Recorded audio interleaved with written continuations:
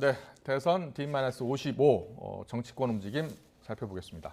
여야 대선 후보들은 오늘 각각 재건축 정책 방향과 전기료 공약을 내걸고 민심 공략에 나섰습니다. 변호사비 대납 의혹 제보자 사망 사건과 김건희 씨 통화 녹음 파일을 둘러싼 여야 간의 신경전도 가열되고 있습니다. 국회 취재기자 연결합니다. 나연수 기자.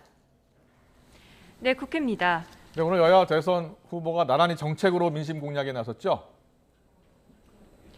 네, 더불어민주당 이재명 후보는 오늘 오전 서울 노원구 상계동에 있는 노후 아파트를 찾아 재건축 관련 정책 간담회를 했습니다.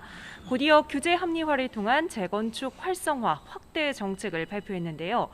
재개발 재건축 신속협의제를 도입하고 500%까지 용적률 상향이 가능한 4종 주거지역을 신설하겠다는 내용입니다.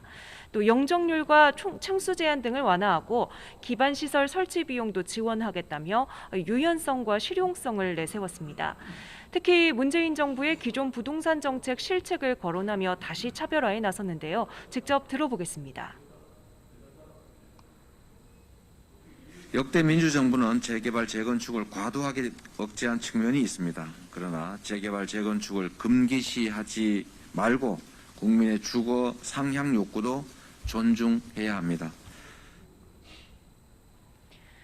국민의힘 윤석열 후보는 오는 4월과 10월로 예고된 전기요금 단계적 인상 계획 전면 백지화로 맞섰습니다.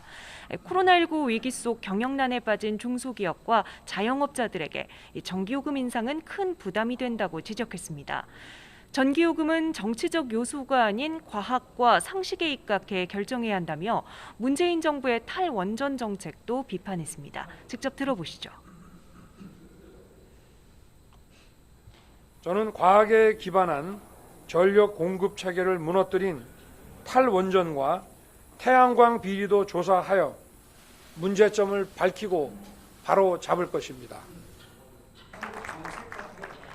윤 후보는 앞서 서울 프레스센터에서 열린 정책 토론회에 참석해 분권형 책임 장관제와 기능 중심의 슬림 청와대를 내건 차기 정부 국정 운영 방향도 밝혔습니다.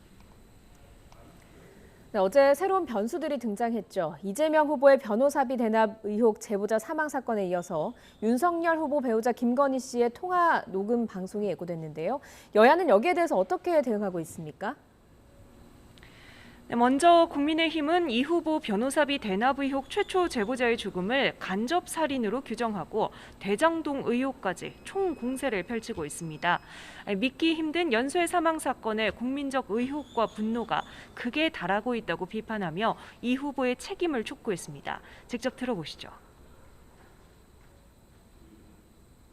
대장동 특검 반드시 실현되어 진실이 낱낱이 밝혀져야 할 것입니다.